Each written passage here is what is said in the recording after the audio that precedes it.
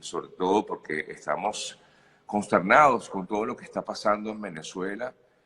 Comentábamos fuera del aire lo que le ocurrió a este jovencito de 16 años en el estado Táchira, lo que ha pasado con el capitán de corbeta Acosta Arévalo. Y bueno, ayer veíamos que la exigencia era elevar este caso ante la Corte Penal Internacional. La señora Bachelet ha dicho que se siente conmocionada. Esperamos una investigación autónoma, imparcial. ¿Qué cree Antonio Ledesma que va a pasar con este caso en particular? ¿Va a haber esa investigación? Buenos días. Buenos días. Y por supuesto muy triste por toda esta situación de Venezuela, pero esto no es momento para que uno se achicopale, para que nos inclinemos como diciendo ya no hay más fuerza, no, tiene que haber más brío. Nosotros somos un pueblo hijo de libertadores. Esto no encaja en el mito de que somos un gran país simplemente porque Bolívar nos libertó y tuvimos allí las hazañas de Sucre o de Páez. No es por eso ni porque tengamos mucho petróleo. Creo que es que somos un pueblo con una profunda vocación democrática, que es lo que ha resistido a todos estos embates. Lo que aspiro es que no haya más indolencia por parte de la comunidad internacional. Es verdad que nos han venido respaldando, pero también es cierto que no termina de despegar la causa que se tramita en la Corte Penal Internacional. Nosotros nos reunimos la semana pasada aquí con altos representantes de la comisión que tiene que ver con las víctimas que trabajan para la Corte Penal Internacional y no encontramos realmente justificación, lo digo corriendo todos los riesgos por lo que estoy afirmando, para que no termine de avanzar el caso de Maduro como jefe de todos estos grupos perpetradores de crímenes de lesa humanidad. Esa es una corte que tiene un presupuesto de más de $2.000 millones. Apenas han resuelto unos 8 o 7 casos. Están concentrados en la situación de África y descuidando lo que está pasando en Venezuela. No entiendo la posición de la señora Bachelet. Con todo el respeto que merece como expresidenta de Chile, no entiendo las reuniones que ha tenido con personeros vinculados al chavismo, que son responsables de esta catástrofe. La posición de ir a Venezuela a reunirse con Maduro, para mí eso fue lamentable, ver a la señora Bachelet incluso reconociendo a Maduro como presidente de la República.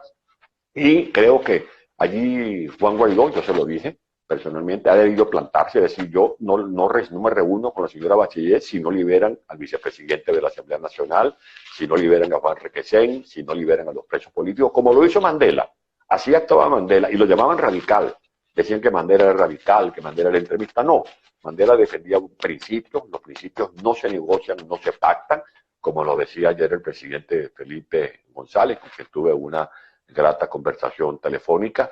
Se puede ir a Oslo, se puede ir a Dominicana, pero no a negociar los principios y los valores. Creo que esta es una hora en la que Juan Guaidó debe cerrar definitivamente el supuesto diálogo de Barbados y de Oslo. No es posponerlo, no es suspenderlo, es cerrarlo definitivamente. Esta es una hora en que Juan Guaidó debería estar enviando una carta a Donald Trump pidiéndole, como respuesta a todos estos agravios, pidiéndole que se reactive la DEA en Venezuela, para que se hagan investigaciones a todos esos narcotraficantes que están involucrados en todos estos desastres que tenemos en Venezuela.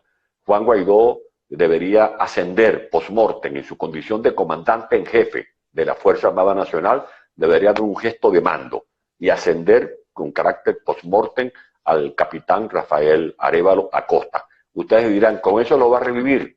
No. Ayer yo pude hablar telefónicamente con la viuda, con la señora Valés, que está con el alma destrozada. No, pero es un gesto, una señal para la Fuerza Armada Nacional de que tenemos un presidente interino que va a encabezar una movilización el próximo 5 de julio, que esta movilización debe tener objetivos precisos, porque no es que no debemos desestimar las marchas, sino que las marchas deben tener razones, deben tener propósitos, deben tener objetivos, para que todo este caudal de sacrificios de hombres, de jóvenes, como este muchacho al que le sacaron los ojos ayer, a Rufo Velandria, allá en Táriba, en el estado Táchira, él no va a ver la libertad, no va a ver la democracia libre, pero que este sacrificio no haya sido en vano, como tampoco debe ser en vano el sacrificio de Franklin Brito, de Fernando Albán, del teniente Arriaza, de Vallenilla, de Pernalete, de Niomar Landés, de todos los que han sido asesinados y atropellados y crucificados simplemente por disentir de este régimen. Antonio, precisamente te escucho hablar y veo que le haces una serie o le das una serie de consejos al presidente Guaidó. Pareciera que efectivamente le faltaría, a juicio de Antonio Ledesma, acciones concretas al presidente interino. Creo que él ha venido haciendo un gran esfuerzo, pero creo que hacen falta algunas otras cosas. Y yo creo, por ejemplo, que estas maromas del diálogo de Oslo y de Bermudas las usa Maduro para disparar a la legión de honor de esta lucha. ¿Cuál es la legión de honor nuestra, Sergio? La movilización de calle. Claro. Esa protesta que resucitó el 23 de enero de este año. ¿Por qué disparan contra Juan? ¿Por qué disparan contra el ánimo de la gente? Porque saben que en la medida en que la gente pierda confianza en Juan, se va a debilitar la lucha popular. La lucha de calle es nuestro ejército, ese es nuestro buque insignia. Y por eso hay que evitar que Maduro tenga municiones que puedan apuntar a la línea de flotación de nuestra columna vertebral, que es primero Juan como líder que ha concitado a todos los factores que estamos nucleados en su entorno, y luego a la capacidad de movilización del pueblo venezolano. Ellos buscan anestesiar la protesta callejera, como lo hicieron con el falso diálogo de República Dominicana, y se aprovechan de la buena fe de algunos líderes de la oposición para desprestigiarlo y decir de manera sarcástica: aquí los tenemos sentados, ya les dimos instrucciones de que vayan con su maletica para Barbados, etcétera. Yo no estoy de acuerdo. Yo a lo mejor estoy equivocado, y si estoy equivocado pido disculpas, pero tengo derecho a opinar como lo he venido haciendo. Estas mafias no salen con diálogo. Esta gente no va a entregar el poder. Y cuando algunos me dicen, bueno, es que tú estás planteando una intervención militarista, yo estoy planteando la intervención humanitaria que tiene métodos sofisticados. Esto no es el mismo esquema de Panamá, no es el mismo esquema de Normandía, como se ha querido vender esa idea de que estamos promoviendo una carnicería. No, hay una forma, hay maneras de organizar fuerzas especializadas que apoyen a militares venezolanos que están dispuestos a enfrentar esta dictadura. Cuando alguien me dice, bueno, pero ¿de qué tú estás hablando de militares venezolanos? Bueno, ya está el caso de Acosta, Arévalo, militar. Claro, aquí tengo yo la lista.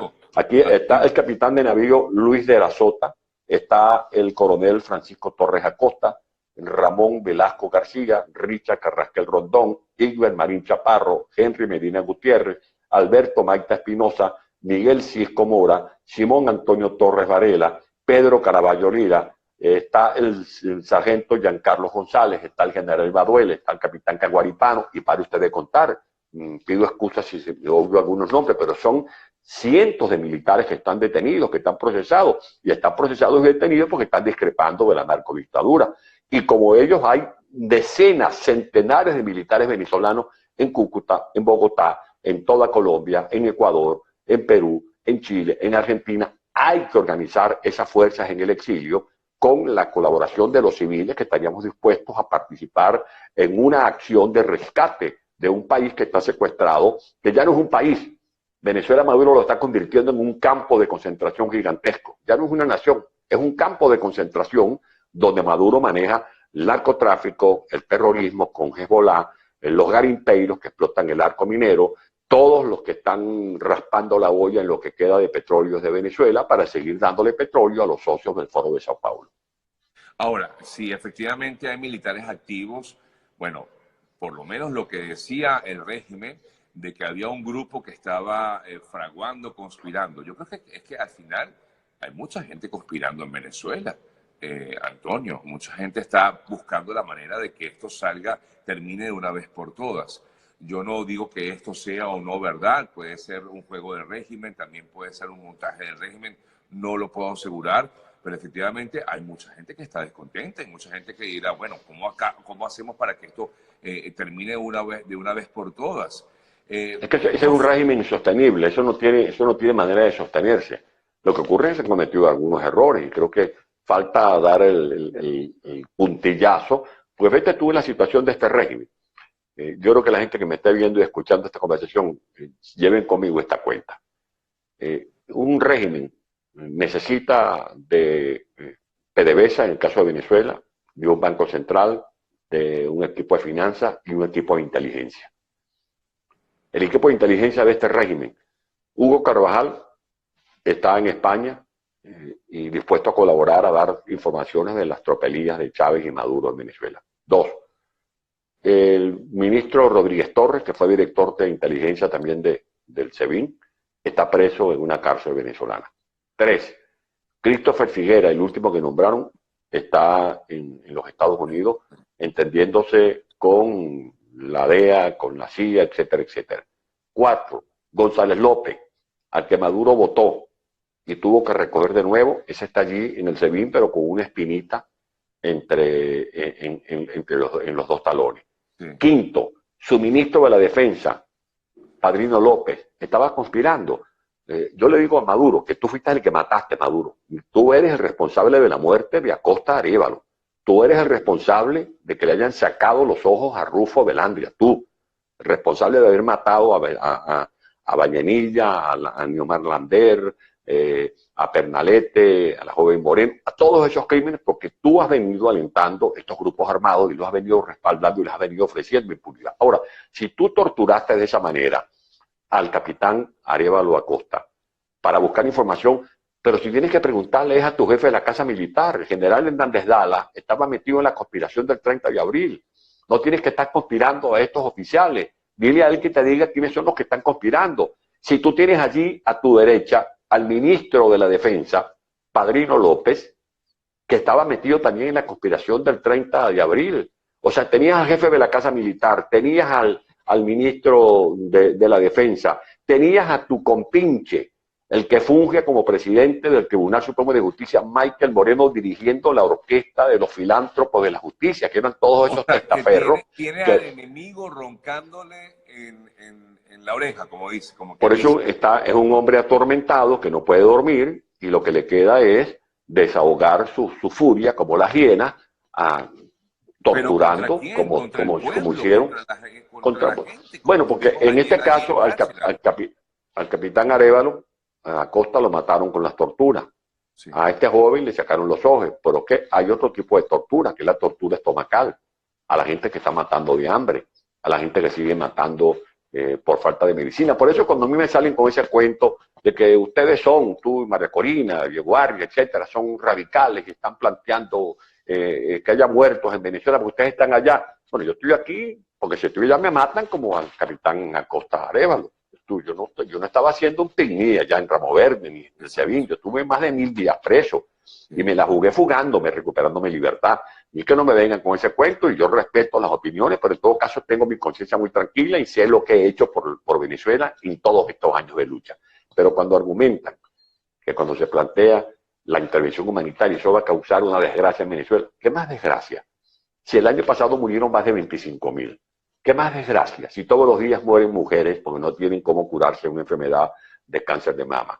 ¿Qué más desgracia si todos los días mueren enfermos renales? Si todos los días mueren enfermos seropositivos. Si todos los días mueren niños desnutridos.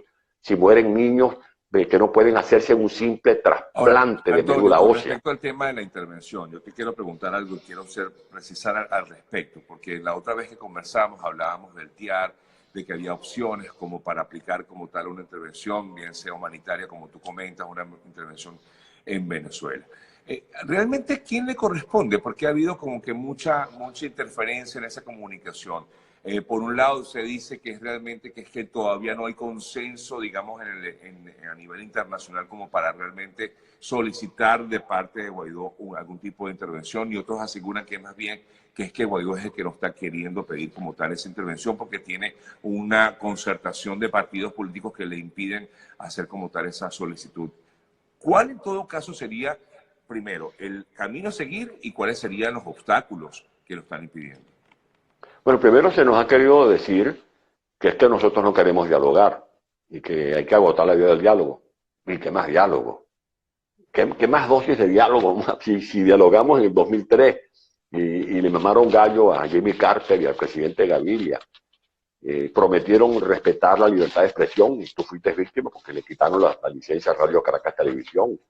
Prometieron desarmar los círculos bolivarianos, que era lo que existía entonces, y crearon después los colectivos, que están más equipados que las policías institucionales de Venezuela.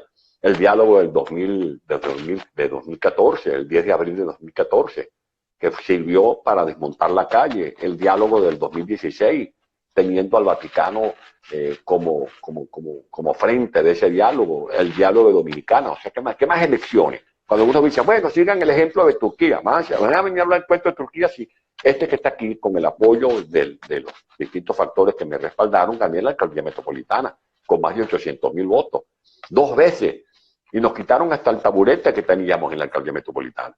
Le quitaron a los gobernadores las competencias, ganamos el parlamento, y no habían pasado 2 semanas y ya estaban desplumando el parlamento venezolano en diciembre del 2015. O sea, esas historias las conoce el pueblo de Venezuela. Hemos dialogado, hemos votado, hemos firmado, hemos marchado, hemos hecho todos los intentos para resolver esto por la vía cívica, pero estos malandros no están dispuestos a soltar el poder, porque allí está detrás el Foro de Sao Paulo y está La Habana, que resucitó el viejo proyecto de Fidel Castro de asaltar a Venezuela, como intentaron hacerlo por Machurucuto en 1967, el control de Panamá, el control de República Dominicana, y quieren entonces avivar ese fuego de las ideas trasnochadas del Foro de Sao Paulo para coronar el control de América del Sur. Por eso es una amenaza no solamente para nosotros, sino para nuestro continente. Por lo tanto, la intervención humanitaria se puede pedir perfectamente. Eso está en la Constitución Nacional, en el artículo 187. Está en la doctrina Roldós, que se ha desempolvado recientemente. Está el Tratado de Asistencia Recíproca, que es el TIAR. Pero además está la misma Carta Democrática Interamericana. Pero fíjate tú que ahí se mantienen un grupo de gobiernos que están entrelazados con Chávez y con Maduro por el negocio petrolero, porque Chávez y Maduro usaron el petróleo de Venezuela como una manera de sobornar a los gobiernos, de controlar a los gobiernos, de someter a los gobiernos, y por eso inexplicablemente todavía, a pesar de todo el desprestigio que puede causar cualquier sociedad con Maduro, siguen teniendo algún respaldo en esos foros. Porque hay que ver lo que significa el lastre de respaldar un régimen acusado de narcotráfico, que está probado, acusado de corrupción, que está más que probado, acusado de terrorismo por las andanzas que tienen con Hezbollah, con Hamas, etcétera, y además perpetradores de crímenes de lesa humanidad.